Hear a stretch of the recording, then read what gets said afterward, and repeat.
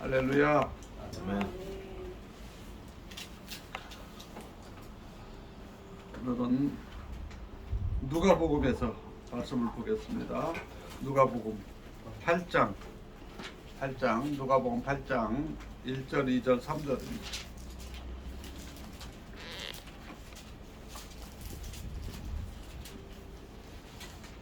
누가복음 8장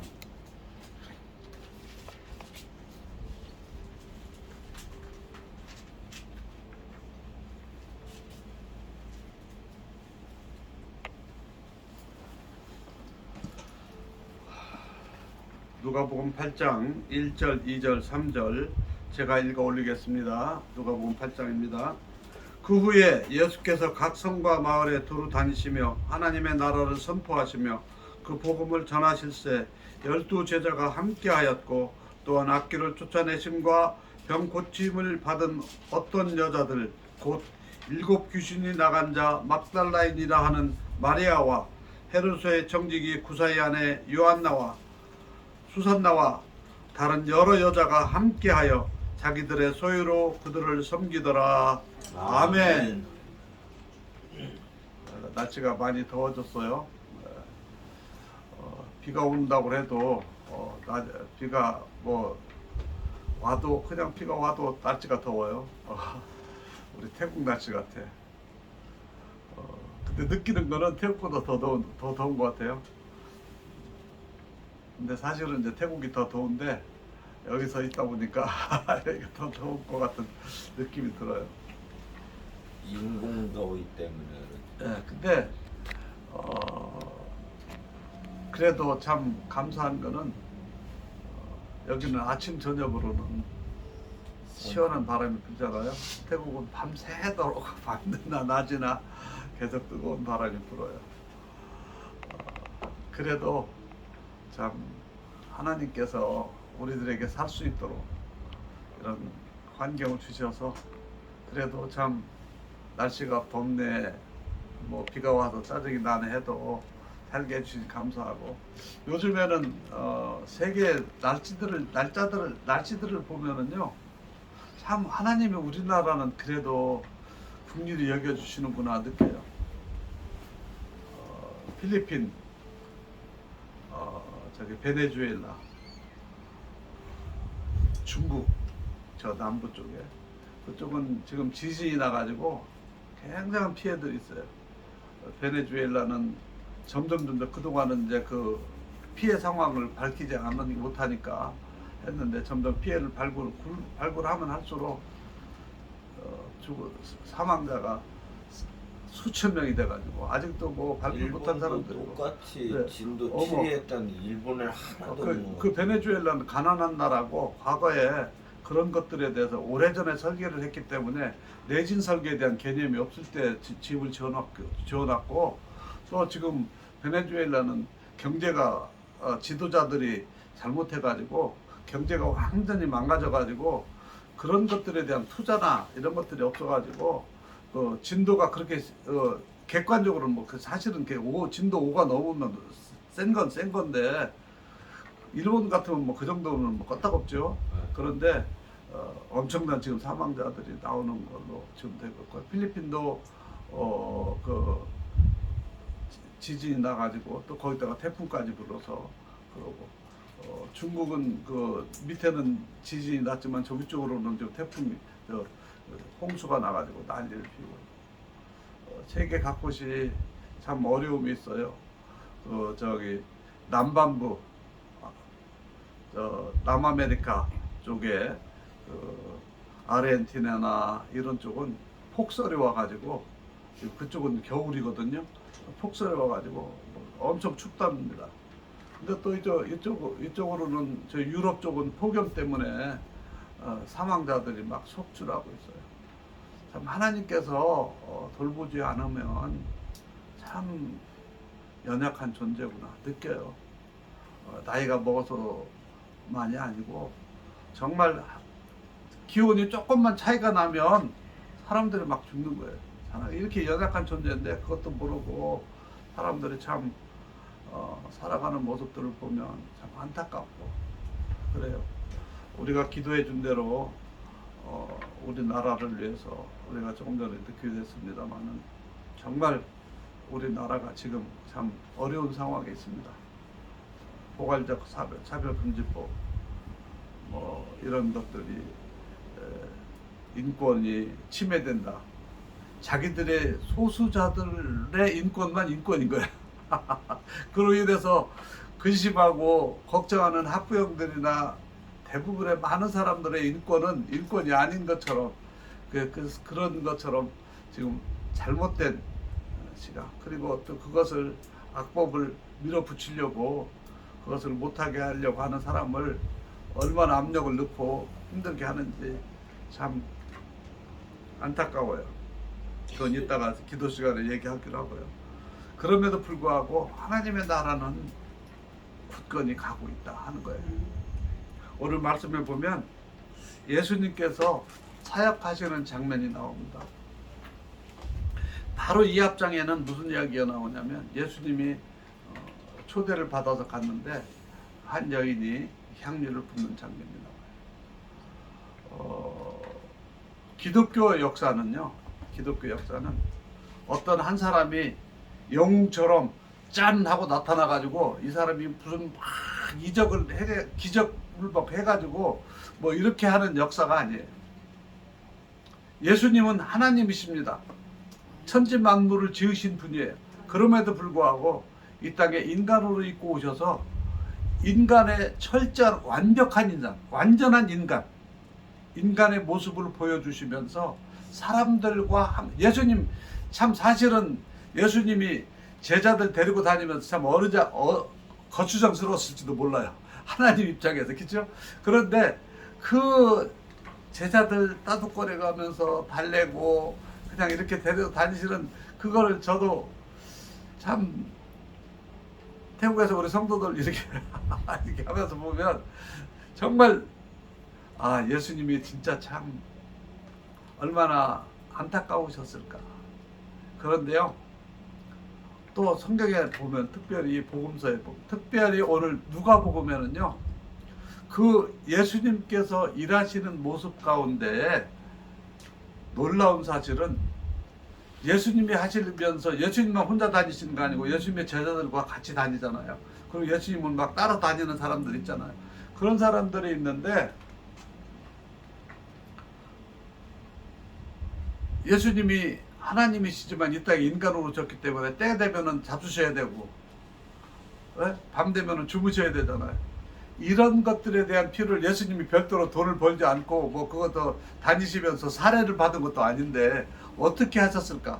성경에 오늘 짧은 내용이지만 그 내용이 나와요. 나는 이 내용을 읽으면서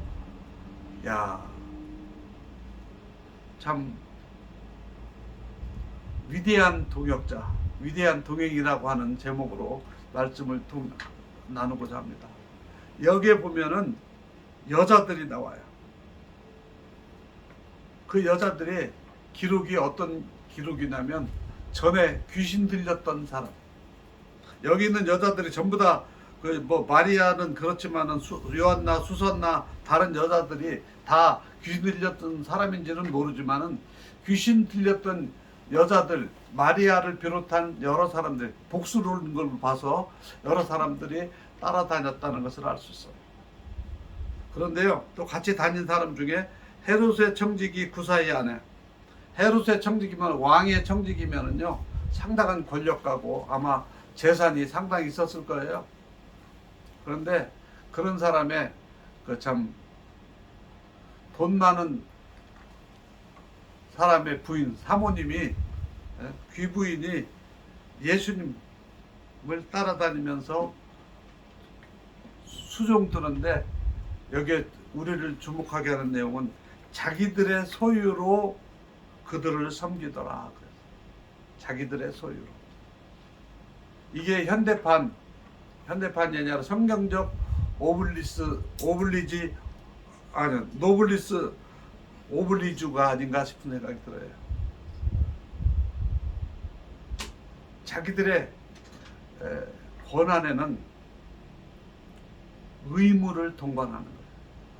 이 사람들은 자기들이 가지고 있는 그 재물, 그 능력을 정말 귀한 가치로 썼어요.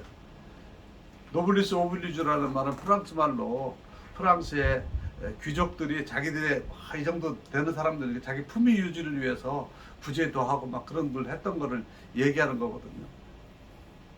근데 여기에 나온 그보다 훨씬 더 먼저, 예? 노블리스 오블리주는 17세기, 16세기, 17세기, 18세기 그쯤에 있었는데 그 한 1500년 전에 벌써 실천하신 분들의 자기들의 가지고 있는 재물로 주님의 복음 사역을 힘썼다. 야, 참 놀라운 사실이에요. 이분들은요, 주님의 은혜를 잊지 않은 분들이에요. 어떤 분들이라고요? 7 귀신 나간 자 막달라인, 막달라인이라는 말, 막달라 마리아. 이 사람은 자기가 7 귀신을, 그 당시에는 귀신들도 많아가지고 뭐 지금도 많지만 그 당시에는 귀신 들리는 사람들이 많아. 근데 예수님이 오셔서 많은 일들 중에 귀신들 쫓아내는 일들을 하셨거든요. 근데 쫓아내서 나가고 자기 집으로 자기로 원래 돌아간 게 아니라 예수님을 따라다니면서 섬겼다. 야, 이건 참 자기들의 가진 재물로 이건 참 귀한 거예요. 그래, 은혜를 잊지 않고 사는 거죠. 사람들은요, 은혜를 받으면 대부분의 사람들은 그냥 잊어버리고 그냥 가요.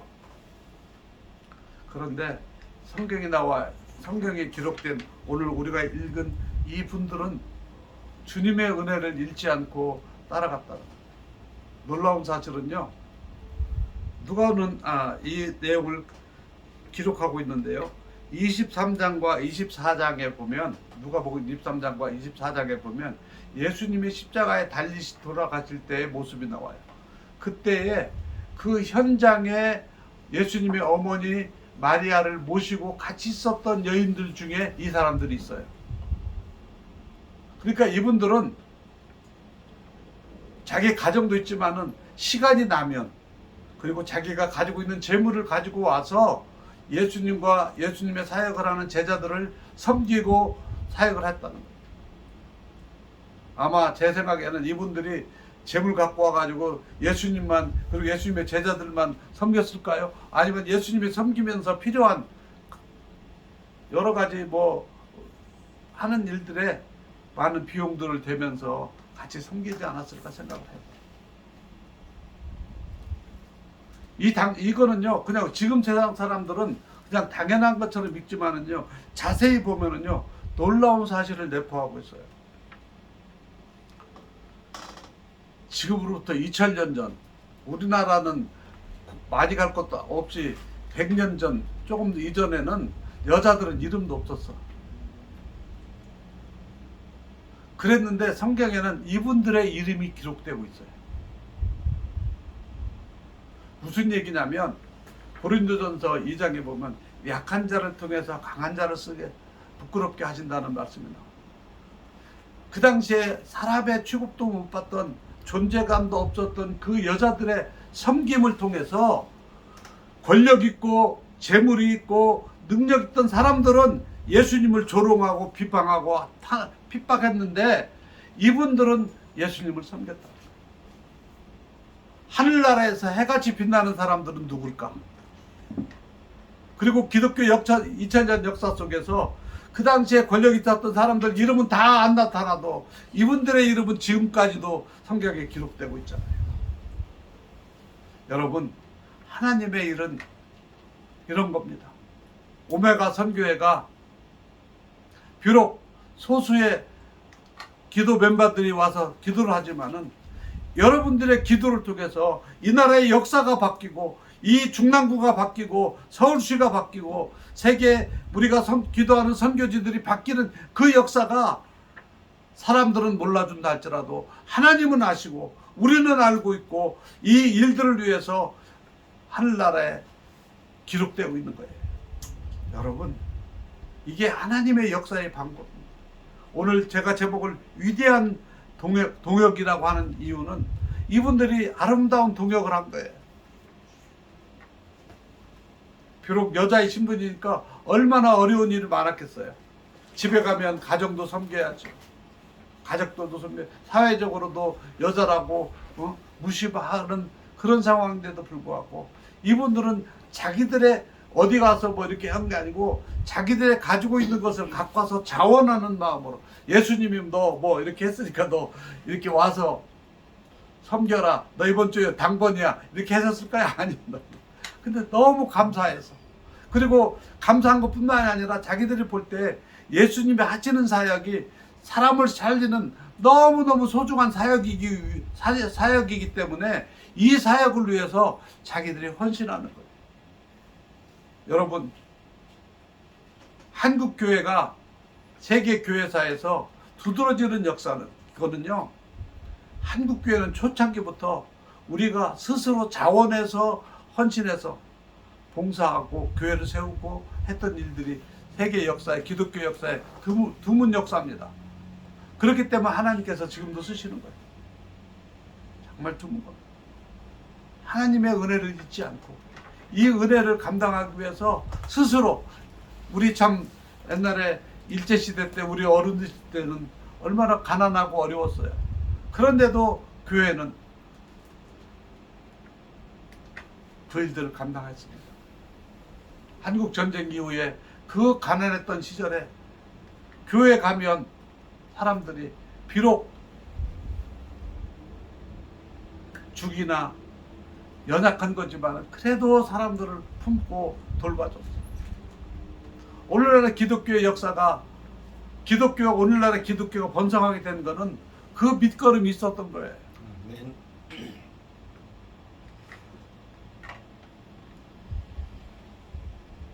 나는 이 말씀을 보면서 정말 귀하게 생각됩니다. 이분들이 얼마든지 뭐 강력해서 일시적으로 뭐 한 번이나 몇 번이나 이렇게 할 수는 있지만은 이분들이 예수님의 십자가에 달려 돌아가시고 그리고 부활 후에도 그분들이 그 현장에 있었던 모습들을 보면 아마 초대교회에 큰 걸음을 하는 역할들을 하지 않았을까 생각을 해봅니다. 여러분, 우리는 약합니다. 세상적으로 볼 때. 그러나 하나님 앞에 우리가 헌신할 때 하나님은 우리를 쓰시는 거예요. 우리를 내세워서가 아니라 하나님의 나라가 확장되기만 하면 되는 거 아닙니까? 로마서 15장, 16장 마지막에 보면 많은 사람들을 기록하는 인사하는 사도 바울의 인사하는 가운데 여성들의 이름들이 많이 나와요. 하나님의 나라를 위해서 정말 성경에 기록된 우리는 성경 지난주에도 제가 말씀드렸지만은 사도행전 우리가 29장을 우리가 계속 써내가는 우리의 한 예수님의 제자된 우리들로서 정말 우리도 이와 같이 겸손하게 우리가 하나님 앞에 우리의 시간을 드리고 우리가 가진 것 비록 많지는 않지만 이런 것들을 통해서 하나님 앞에 드려진다면 하나님이 얼마나 기뻐하시고 하나님의 나라가 힘있게 확장되는 하나님이 악한 영들을 향해서 어둠의 영들을 향해서 소리치는 거예요. 봐라! 이해 없는 사람들이지만 이들이 하나님의 사랑을 깨닫고 이런 일들을 한다 라고 마귀에게 악한 영들에게 선포하는 거예요. 우리들의 헌신을 통해서. 그럴 때 악한 영들이 꼼짝 못하는 겁니다.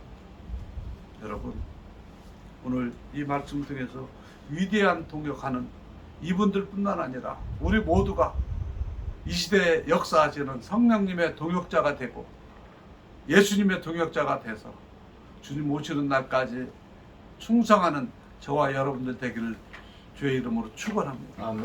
하나님, 정말 하나님께서 우리나라가 정말 어려운 데에 있는 이때에 정말 우리들이 깨어 기도하지 않으면 하나님께서 하시긴 하실 텐데 우리가 알지 못하는 전혀 새로운 방법으로 하시라고 믿습니다. 저는 남과 북이 통일되는 거 분명히 될 것이고요.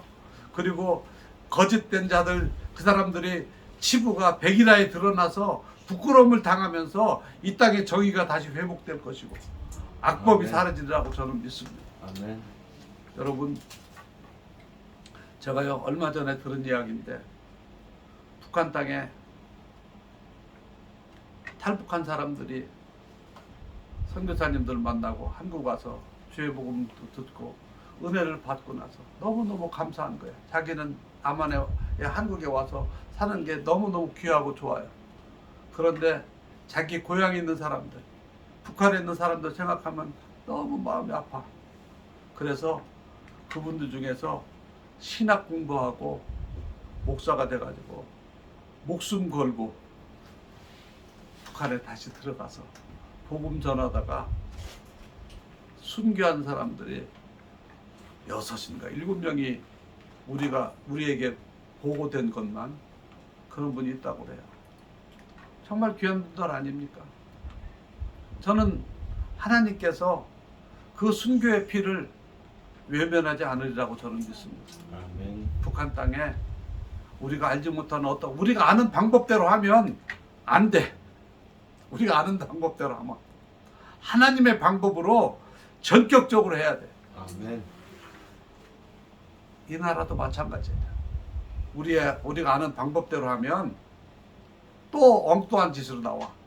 하나님의 방법으로 그냥 어느 날 갑자기 해외에 출장 갔다가 그냥 송장돼서 돌아온 사람처럼 그렇게 될지도 모르고 어느 날 갑자기 하나님이 하시는 거예요. 아멘. 생명의 주인은 하나님이십니다. 아멘. 역사의 주인은 하나님이시죠. 아멘.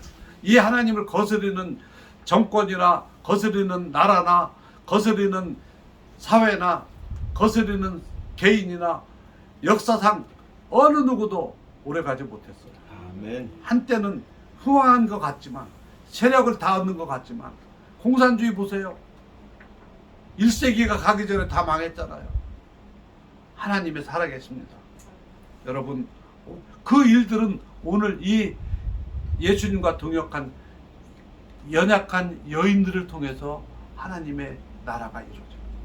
우리가 비록 연약하지만 하나님 앞에 간절히 기도하고 헌신할 때 하나님께서 우리들을 통해서 이 일들을 이루신다고 믿습니다.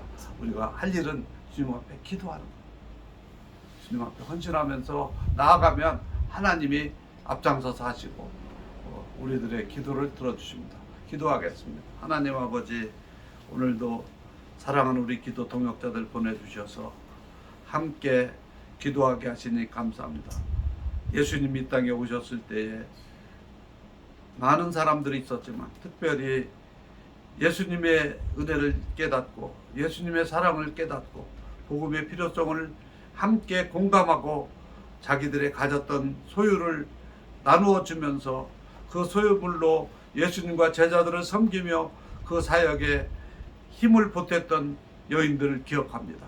하나님 아버지, 우리도 이 마지막 때에 주님 나라 위하여 우리의 비록 적은 것이지만은 하나님 앞에 우리의 시간과 물질과 우리의 몸을 바칩니다. 우리의 정성을 바칩니다. 하나님 아버지, 받아주셔서 하나님의 나라가 확장되며 마지막 때에 많은 사람들이 옳은 대로 돌아오게 할 수 있는 놀라운 역사가 일어나게 하여 주옵소서. 아멘. 예수님의 이름으로 기도드리옵나이다. 아멘. 아멘.